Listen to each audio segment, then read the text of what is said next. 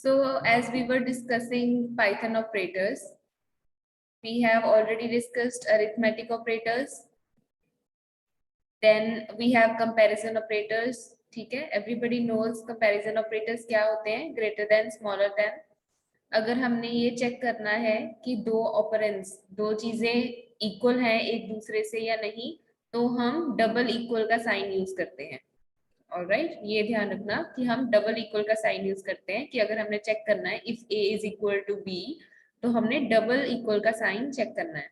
क्योंकि पाइथन में जो सिंगल इक्वल का साइन होता है वो वैल्यूज को असाइन करने के लिए यूज होता है. जैसे हम जब वैल्यूज लेते हैं पाइथन में प्रोग्रामिंग करने के लिए a इज इक्वल टू 5, तो इसका मतलब ये है कि हमने a वेरिएबल को 5 की वैल्यू असाइन की है. ठीक है, तो ये असाइन करने के लिए यूज होता है. अगर आपने चेक करना है कि इफ a और b कुछ वेरिएबल्स हैं वो इक्वल है या नहीं है, तो उसके लिए आप डबल इक्वल टू का साइन जो है वो यूज करोगे. ठीक है, ये याद रखना. अभी मैं आपको इफ एल्स करवाऊंगी तो उसके साथ ये सारे कंपैरिजन ऑपरेटर्स हम करेंगे. अगर हमने नॉट इक्वल टू यूज करना है तो उसके लिए हम यूज करते हैं एक्सक्लेमेशन साइन एंड प्लस साथ में इज इक्वल टू लगाते हैं. ग्रेटर देन इक्वल टू करना है तो greater than equal to, less than equal to, and then we have, हाँ बस इतने ही है. ठीक है, तो ये इनको हम बोलते हैं हमारे comparison operators. We have discuss these many times, तो इसको मैं डिटेल में डिस्कस नहीं करूंगी. यहाँ पर आप देख सकते हो प्रोग्राम, उन्होंने a और b दो वैल्यूज ले ली, a की 13, b की 33, एंड देन दे से print a is greater than b. अब इसका आंसर क्या आएगा, या तो ट्रू में आएगा या फॉल्स में आएगा. अगर a b से बड़ा है तो ट्रू आएगा, अदरवाइज फॉल्स आएगा. तो इसका आंसर फॉल्स आएगा क्योंकि a 13 है और b 33 है. इसी तरह से इन्होंने सारे ऑपरेटर्स यूज करके उसका आंसर लिया हुआ है कि ट्रू है कंडीशन या फॉल्स है कंडीशन. तो you can try this on your for yourself, आप खुद कर सकते हो. Then we have logical operators. Logical operators का भी कंसेप्ट मैंने पिछले सेमेस्टर में बहुत अच्छे से करवाया था.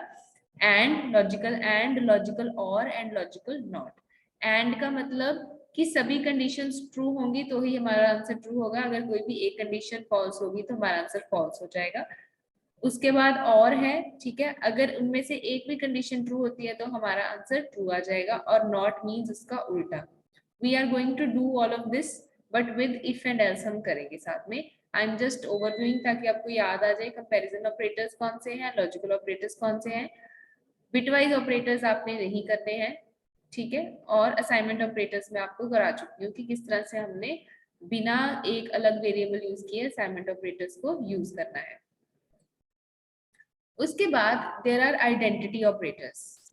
Now what are identity operators? Is and is not. It is almost similar to equal to and not equal to. ठीक है, इज का क्या मतलब है? इज ये तब ट्रू होगा जब हमारे जो दो ऑपरेंड्स हैं जिनको हम मैच कर रहे हैं आपस में वो आइडेंटिकल होंगे, सेम होंगे. और इज नॉट तब ट्रू होगा जब हमारे ऑपरेंड्स जो है आपस में आइडेंटिकल नहीं होंगे या सिमिलर नहीं होंगे. So is or is not are the identity operators. Both are used to check if two values are located on the same part of the memory. Two variables that are equal do not apply that they are identical. ठीक है, identity operators का क्या मतलब है कि ये देखना कि क्या वो दोनों operators same part of the memory पे लाई करते हैं या नहीं करते हैं. ठीक है, सो यहाँ पर उन्होंने कुछ वैल्यूज ले ली, a is equal to 10, b is equal to 20 and c is equal to a ले लिया. ठीक है, और प्रिंट करवाया a is not b and a is c. तो बताइए इसका कैसे ट्रू ट्रू आंसर आया?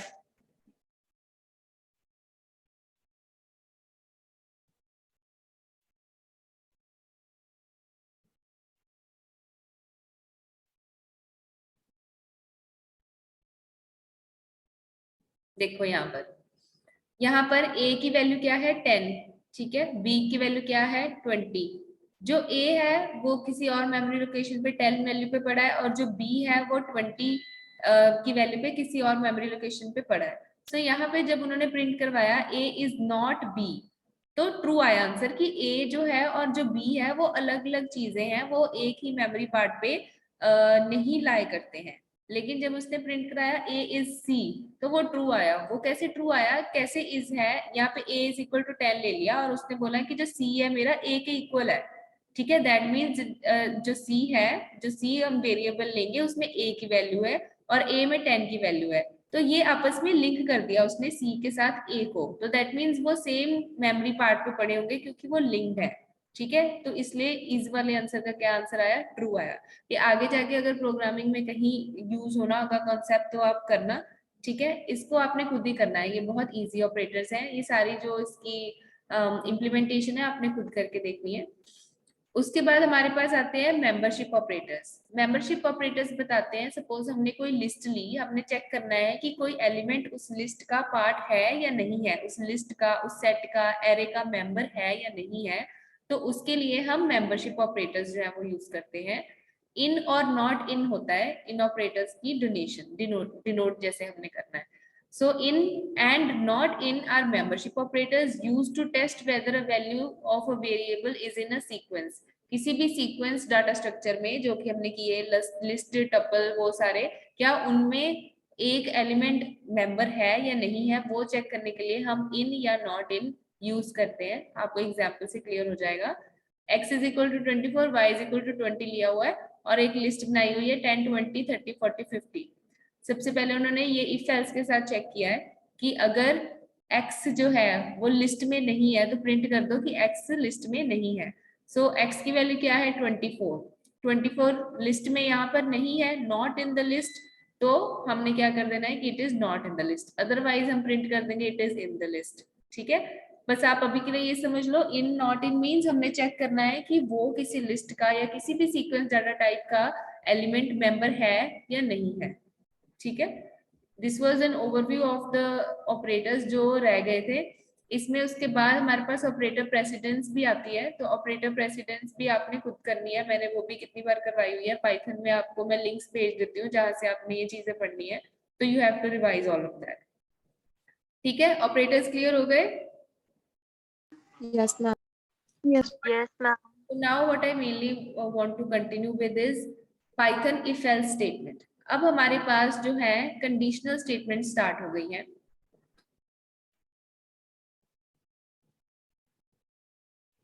ठीक है। हम प्रोग्रामिंग में जब कोई कंडीशन चेक करने के बाद कोई एक्शन लेना होता है तो उसके लिए हम कंडीशनल स्टेटमेंट्स यूज करते हैं। तो कंडीशनल स्टेटमेंट्स होती हैं या तो अकेली इफ, ओके, या इफ एल्स, या हमारे पास होती है नेस्टेड इफ,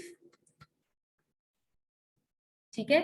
या तो हम इफ मींस एक ही कंडीशन लगाएंगे, इफ एल्स मींस एक कंडीशन लगाएंगे और अगर वो सेटिस्फाई नहीं हुई तो एल्स कोई और एक्शन हो जाएगा। नेस्टेड इफ मींस हम इफ के अंदर इफ के अंदर इफ लगाएंगे, ठीक है। एक और होती है एल्स इफ, अगर हमने मल्टीपल कंडीशंस लगानी हो तो उसके लिए हम एल्स इफ यूज करते हैं, ठीक है। अब वन बाय वन हम इनको करना स्टार्ट करेंगे। सबसे पहले हमारे पास आती है इफ कंडीशन। जब भी हम कंडीशनल या लूपिंग करते हैं प्रोग्रामिंग में तो हम हमेशा उसका एक फ्लो चार्ट बनाते हैं या फ्लो डायग्राम बनाते हैं, फ्लो चार्ट या फ्लो डायग्राम बनाते हैं। वो किस तरह से बनाते हैं, उसमें भी डोनेट करने के हमारे पास अलग अलग तरीके होते हैं। जैसे ये है हमारी इफ स्टेटमेंट, ठीक है। इफ स्टेटमेंट में क्या होता है कि हमारे पास एक कंडीशन आती है, हम उस कंडीशन को चेक करते हैं, ठीक है। अगर वो कंडीशन ट्रू होती है तो जो हमने उसके नीचे लिखा होता है उसको हम इंप्लीमेंट कर देते हैं। अगर वो कंडीशन फॉल्स होती है तो हम एंड कर देते हैं अपने प्रोग्राम को, ठीक है। तो मैं आपको यहाँ पे बताती हूँ। सपोज हमारे पास कोई स्टेटमेंट आई, यहाँ पर स्टार्टिंग में स्टेटमेंट आई जहां पर हमारे पास आंसर यस या नो आना है, जो चीज हमने चेक करनी है ना उसको हम हमेशा डायमंड के साथ डिनोट करते हैं, ठीक है। यहाँ आपने लिखना है इफ कंडीशन। फ्लो चार्ट बनाना देख लो कैसे होता है कि जो भी हमने जिसका आंसर यस और नो आना है उसको हम हमेशा डायमंड की शेप में लिखते हैं, जो हमारी क्वेरी होती है, जो हमारी कंडीशन होती है। अब अगर इफ कंडीशन हमारी ट्रू होती है, यहाँ पर अगर मेरी इफ कंडीशन ट्रू होती है तो यहाँ पर जो भी मैंने कोड लिखा होगा वो इम्प्लीमेंट हो जाएगा।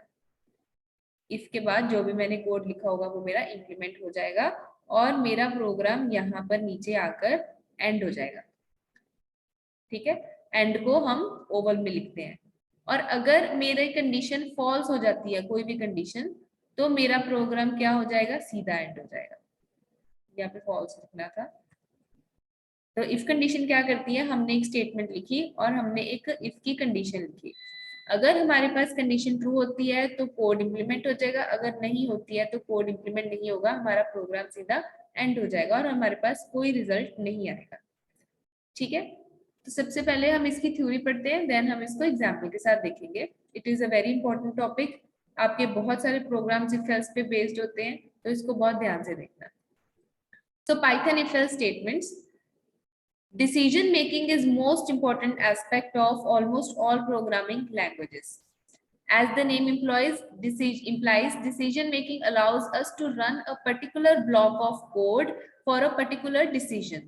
हमने जो भी if condition के बाद या if else के बाद हमारे पास decision आता है, yes या no, उसके बेसिस के ऊपर हम एक पर्टिकुलर प्रोग्राम जो उसके अंडर हमने लिखा होता है या ब्लॉक ऑफ कोड लिखा होता है जो उसके अंदर कोडिंग लिखी होती है, उसको हम उसके बेसिस के ऊपर इम्प्लीमेंट करते हैं। Here the decisions are made on the validity of a particular condition. उस कंडीशन की क्या वैलिडिटी है, क्या रिजल्ट है, उसके ऊपर हम एक्शन परफॉर्म करते हैं। Condition checking is the backbone of decision making. Condition जो हम चेक करते हैं इफ एल्स यूज करके, वो डिसीजन मेकिंग की बैकबोन है। ऑब्वियसली प्रोग्राम के थ्रू हम डिसीजन ही बनाते हैं ना, चाहे हम greater than less than check कर रहे हैं, चाहे हम ये चेक कर रहे हैं कि हमारा जो प्रोग्राम है वो, हमने सपोज कोई नंबर इनपुट कराया तो हमने चेक करना है कि वो इवन है या ऑड है, उसके लिए भी हम इफ कंडीशन यूज करते हैं। सबसे पहले आती है simple if statement. The if statement is used to test a specific condition. एक स्पेसिफिक कंडीशन को चेक करने के लिए इफ स्टेटमेंट यूज करते हैं। If the condition is true the block of code is executed. अगर कंडीशन ट्रू हो जाती है तो ही हम ब्लॉक ऑफ कोड एग्जीक्यूट करते हैं।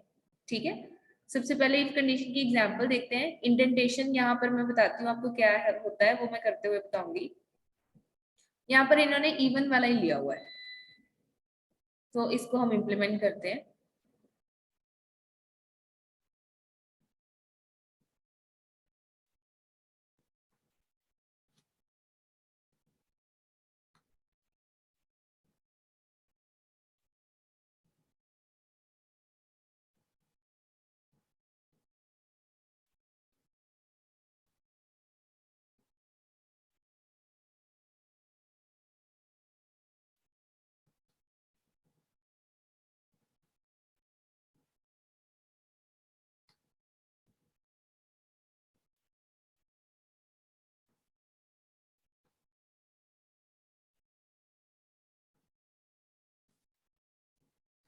मैं यहाँ पे आपको पहले बताती हूँ इफ कंडीशन। एक तो मैंने इसका बता दिया आपको फ्लो चार्ट, कि फ्लो कैसे चलेगा हमारी प्रोग्राम का, वो आपको पता होना चाहिए। हर एक कंडीशन का हमने फ्लो चार्ट बनाना है। प्लस होता है हमारे पास एक सिंटेक्स। सबको पता है सिंटेक्स क्या होता है, कि लिखने का तरीका क्या है इफ कंडीशन को। सो इफ कंडीशन को लिखने के लिए हमने क्या लिखना है, इफ, और यहाँ पर हम अपनी कंडीशन लिखेंगे। यहाँ पर मैं लिखती हूँ, उसको हम लिखते हैं एक्सप्रेशन। इफ के बाद हमने अपना एक्सप्रेशन लिखना है, चाहे हमने a is greater than b check करना है या कुछ भी चेक करना है, वो हमने यहाँ पर लिखना है। उसके बाद आती है हमारी स्टेटमेंट। उसके बाद आती है हमारी स्टेटमेंट की एक्सप्रेशन ट्रू होने पर हमने यहाँ पर क्या परफॉर्म करना है, वो हम यहाँ पर लिखते हैं। राइट, यहाँ पर एक्सप्रेशन लिखने के बाद हमारे पास यहाँ पे आता है कॉलन। तो हम इम्प्लीमेंट करके देखते हैं ये प्रोग्राम जो इन्होंने किया है।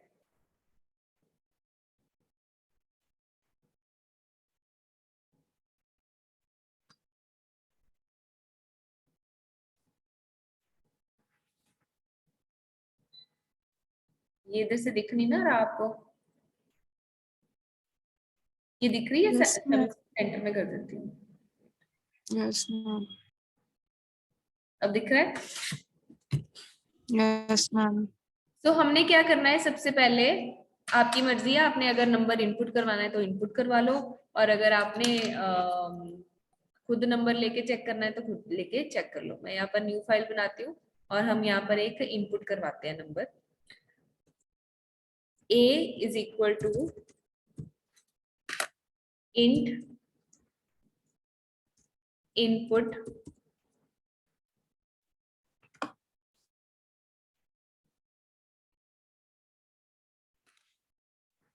इनपुट में मैं लिखूंगी जो मैं वहां पर शो करना चाहती हूँ, enter a number, right. Number enter करवा लिया। उसके बाद मैंने चेक करना है कि मेरा क्या नंबर इवन है या ऑड है, तो मैं इफ कंडीशन लगाऊंगी। If a percentage 2 is double equals to 0, ठीक है। इफ a परसेंटेज 2, परसेंटेज का मतलब मॉडुलस, दैट मीन्स जो मेरा a नंबर वो एंटर करेंगे, अगर उसको 2 के साथ डिवाइड करके रिमाइंडर उसका 0 आता है। अब ये ध्यान देखना, मैंने यहाँ पर सिंगल इक्वल टू नहीं डाला, डबल इक्वल टू डाला है। दैट मीन्स मुझे चेक करना है कि a का परसेंटेज, a का मॉडुलस 2 के साथ अगर 0 के इक्वल आता है तो क्या करना है हमने यहाँ पर। तो उसके बाद मैंने यहाँ पर प्रिंट करवाना है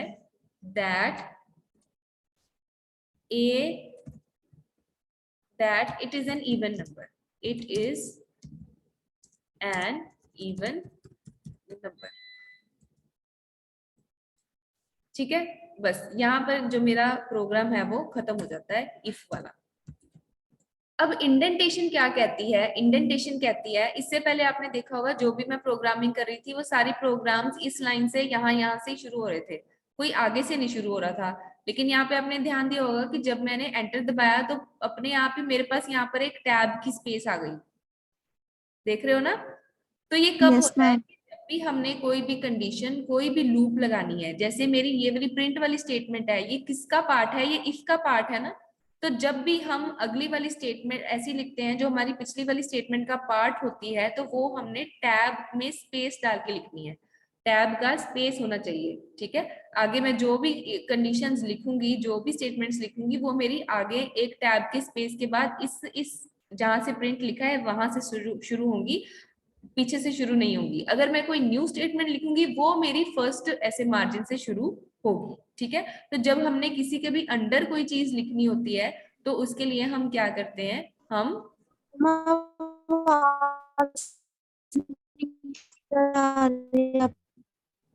आवाज बच्चे आप मनप्रीत बोल रही है, मैम आवाज बाकी सबको भी नहीं आ रही है?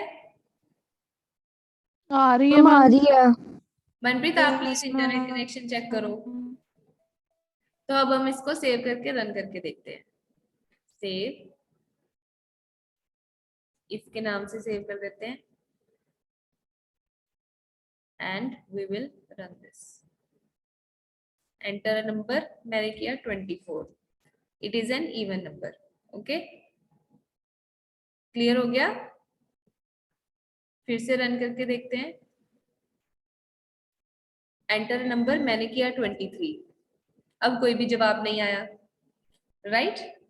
अब तो कोई भी जवाब नहीं आया, क्योंकि ये सिर्फ हमने इफ कंडीशन लगाई है कि सिर्फ एक कंडीशन चेक करनी है, उस कंडीशन चेक करने पे अगर ट्रू होगा तो क्या करना है, लेकिन अगर फॉल्स होगा तो हमने उसको नहीं बताया कि क्या करना है। अगर फॉल्स होगा तो यहाँ पे एंड हो जाएगा, राइट। इसका फ्लो चार्ट क्या कहता है? इफ स्टेटमेंट का फ्लो चार्ट क्या कहता है कि अगर आपकी कंडीशन ट्रू होती है, अगर मेरी कंडीशन ट्रू हो गई, 24 एंटर किया, 24 एंटर करने पर उसने क्या कंडीशन चेक की कि क्या उसको 2 के साथ डिवाइड करने पे रिमाइंडर 0 आता है, आ गया 0, ट्रू हो गई।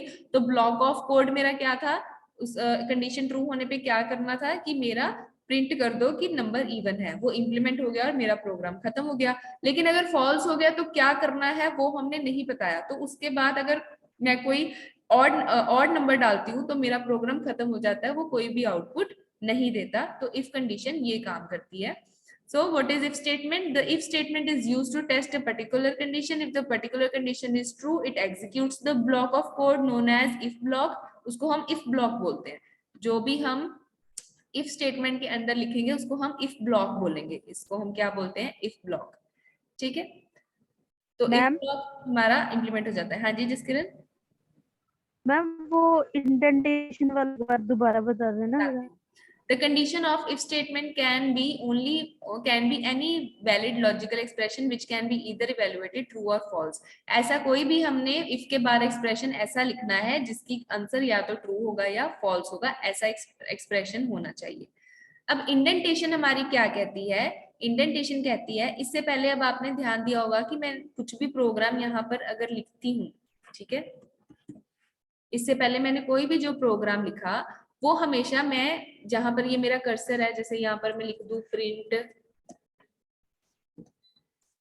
माय नेम इज अमन, ठीक है, उसके बाद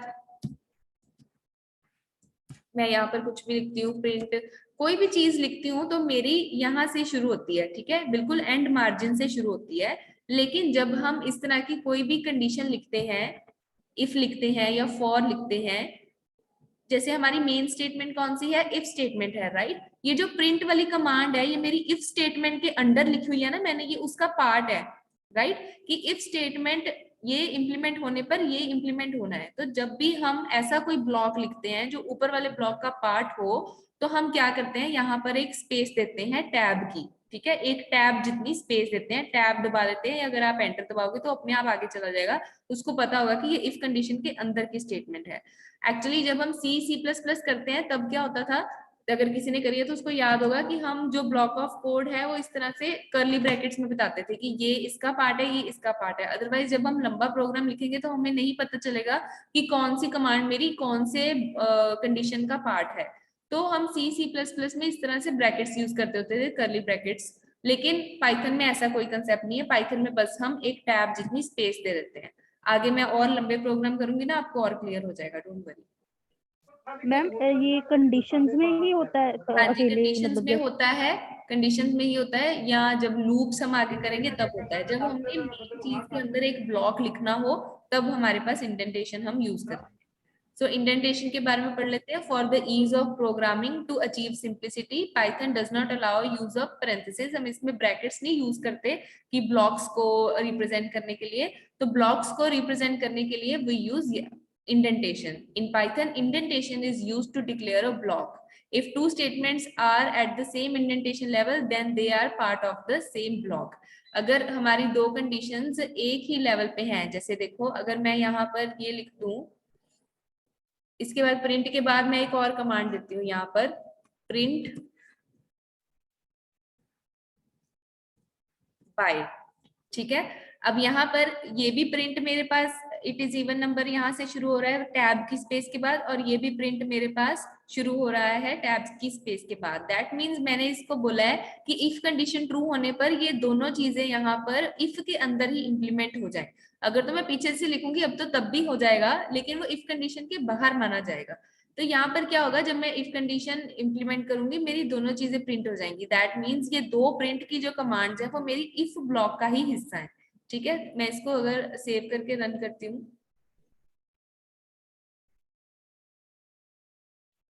enter a number and I will write 66, so it is an even number, और बाय, वो दोनों चीजें प्रिंट हो जाएंगी, ठीक है। ये आपको आगे जाके और क्लियर हो जाएगा। सो उसके बाद हमारे पास, अब अगर मैं ये चाहती हूं कि इसके फॉल्स होने पर भी कोई चीज इंप्लीमेंट हो, इसके फॉल्स होने पर भी कोई कंडीशन या मेरी कोई स्टेटमेंट जो है वो इंप्लीमेंट हो, तो उसके लिए हम क्या करते हैं, उसके लिए हम इफ एल्स कंडीशन लगाते हैं। अब इफ एल्स कंडीशन में क्या होता है, इफ एल्स कंडीशन में एक एल्स वाली जो कमांड है वो जुड़ जाती है, ठीक है। तो उसका फ्लो चार्ट आप तो वैसे देख भी सकते हो यहाँ पर, बट मैं यहाँ पे साथ साथ में बता देती हूँ। ऊपर से हमारे पास कोई एक्सप्रेशन हमने चेक करना है यहाँ पर, ठीक है, एक्सप्रेशन यहाँ पे चेक करना है। अगर तो वो एक्सप्रेशन हो गया ट्रू, तो हमारा जो इफ ब्लॉक है वो इंप्लीमेंट हो जाएगा, जो हमने इफ के अंदर लिखा है। अगर तो हमारा हो गया फॉल्स, अगर हो गया हमारा फॉल्स, तो यहाँ पर हमारा क्या हो जाएगा, एल्स ब्लॉक इंप्लीमेंट हो जाएगा, ठीक है, अगर कंडीशन ट्रू होती है तो जो इफ के अंदर लिखा है वो कंडीशन वो ट्रू हो जाएगा, वो इम्प्लीमेंट हो जाएगा। अगर एल्स फॉल्स होती है, जो एल्स के अंदर लिखा है वो कंप्लीट हो जाएगा। ठीक है, तो इसको हम कैसे लिखते हैं, इफ एक्सप्रेशन, यहाँ पर हमारा स्टेटमेंट आ जाएगी, इफ ब्लॉक जो भी हमने स्टेटमेंट लिखनी है, एल्स स्टेटमेंट। तो ये इसका सिंटेक्स है। ठीक है, इसको इंप्लीमेंट करके देखते हैं। इसी चीज में मैं आगे इंप्रूव कर देती हूँ जो हमने प्रोग्राम बनाया है। अब यहाँ पर हमने क्या प्रोग्राम बनाया था कि अगर हमारा नंबर 2 के साथ डिवाइड होने पे 0 रिमाइंडर लाता है तो प्रिंट कर दो जी इवन नंबर है। अब यहाँ पर उसके फॉल्स होने पर क्या करना है वो भी हम कंडीशन दे देते हैं। फॉल्स होने पर एल्स करना है, else print it is N odd number. ठीक है, अब मैं क्या कह रही हूँ कि अगर मैंने ऑड नंबर भी किया है, अगर ये वाली कंडीशन फॉल्स हो जाती है मेरी, तो फॉल्स होने पर क्या करना है वो हम एल्स के अंदर डिफाइन करते हैं। ठीक है, इसको सेव करके रन करते हैं। अब अगर मैं यहाँ पर कोई ऑड नंबर करती हूँ, 11 करती हूँ, तो यहाँ पर क्या आ गया, it is N odd number. इससे पहले जब मैंने यहाँ पर 23 दिया था तो मेरे पास कुछ आउटपुट नहीं आई थी, क्योंकि फॉल्स होने पे क्या करना है मैंने उसको नहीं बताया था। तो अगर दोनों कंडीशंस के बाद हमने कुछ इंप्लीमेंट कराना है कि इफ ट्रू होने पर क्या करना है, इवन प्रिंट करना है, एल्स अगर ट्रू नहीं है तो फॉल्स ही होगा, तो क्या प्रिंट करना है, it is N odd number. ठीक है, किसने हैंड रेज किया, हाँ जी विनीत बताओ। मैम यहाँ पे हमने जब कंडीशन दी एल्स वाली तो वहाँ पे इंडेंटेशन क्यों नहीं लगाई? वो भी तो उसका आगे का पार्ट ही है ना। नहीं बच्चे, जो उनके आगे, ये तो हमारी स्टेटमेंट है ना, इफ जो है वो स्टेटमेंट है, एल्स जो है वो स्टेटमेंट है, उस स्टेटमेंट के अंदर जो हमने उनके ब्लॉक्स लिखने हैं वहां पर इंडेंटेशन लगनी है। इफ एल्स तो मेन स्टेटमेंट्स है ना, लेकिन एल्स के अंदर उसका उसका जो ब्लॉक है, ब्लॉक का मतलब समझ रहे हो, एल्स के अंदर क्या इंप्लीमेंट होना उस पे इंडेंटेशन लगनी है, इफ के अंदर क्या इंप्लीमेंट होगा उस पे इंडेंटेशन लगनी है। Okay ma'am. ठीक है, सो ये हो गई हमारी if else condition. Clear? Yes ma'am. Okay, so Yes, if ma'am. If else के साथ हम एक और चीज करते हैं, कंपैरिजन ऑपरेटर कोई ना कोई इंप्लीमेंट कर देते हैं। हम ये दो नंबर ले लेते हैं, a is equal to this हो गया हमारे पास number, b is equal to input, यहाँ पर मैं लिख देती हूँ एंटर अनदर नंबर, राइट।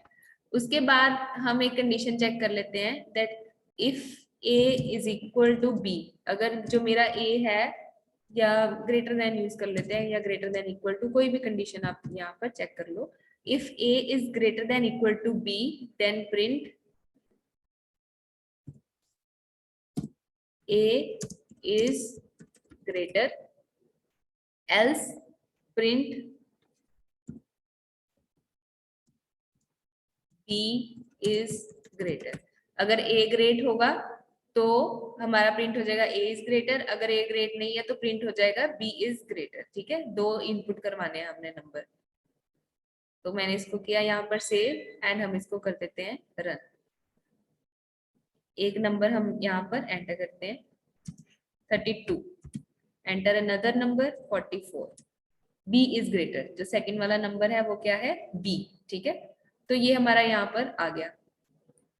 अगर मैं यहाँ पर ये लिखना चाहती हूँ कि 44 ग्रेटर है, जो भी वो नंबर डाले, इसके बाद क्या आउटपुट आएगी हमारे पास यहाँ पर,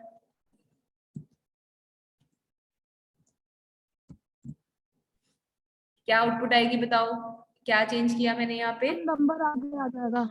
हाँ यहाँ जैसे पर जो 44 की वैल्यू है वो आ जाएगी। सेव करते हैं और रन करते हैं। एक नंबर एंटर करो जी 12, दूसरा नंबर एंटर करो जी 56, तो 56 इज ग्रेटर। ठीक है, जो उसकी वैल्यू है वो आ जाएगी। ठीक है, क्लियर हो गया इफ एल्स। यस। ठीक है, वैसे तो इफ तो चलो बेसिक ही होता है, इफ एल्स ही मोस्टली हम यूज करते हैं, एटलीस्ट ट्रू फॉल्स करने पर क्या करना है वो तो हमने देखना ही होता है। अब जब हम जो हमारा नेक्स्ट पाइथन का लेक्चर है उसमें हम इफ एल्स के ऊपर बेसिस के ऊपर कितने सारे प्रोग्राम जो है वो इम्प्लीमेंट करेंगे, ठीक है, ताकि हमारी प्रैक्टिस हो जाए। आप नहीं बताना है मुझे, मतलब उसके बाद एल्स इफ स्टेटमेंट रह गई है, तो ये आपका जो है इसकी मोस्टली जो है प्रैक्टिस के ऊपर ही डिपेंड करता है कि आप कितनी प्रैक्टिस करते हो।